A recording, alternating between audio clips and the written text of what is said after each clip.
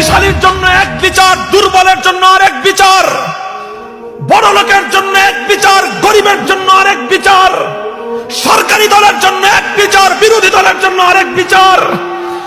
এই ধরনের বিচারের মধ্যে যখন কোন জাতির মধ্যে বৈষম্য সৃষ্টি হয়েছে, আমার আল্লাহ পাক রব্বুল আলামিন শুধু এই বৈষম্যের কারণে পৃথিবীর বহু জাতিকে আল্লাহ ধ্বংস করে দিয়েছেন।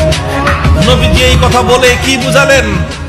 বুঝালেন কিয়ামত পর্যন্ত, হে উম্মত, যদি তোমরা ধ্বংসের হাত থেকে রক্ষা পেতে চাও, খবরদার নিজেদের মধ্যে কখনোই বৈষম্য করবে না।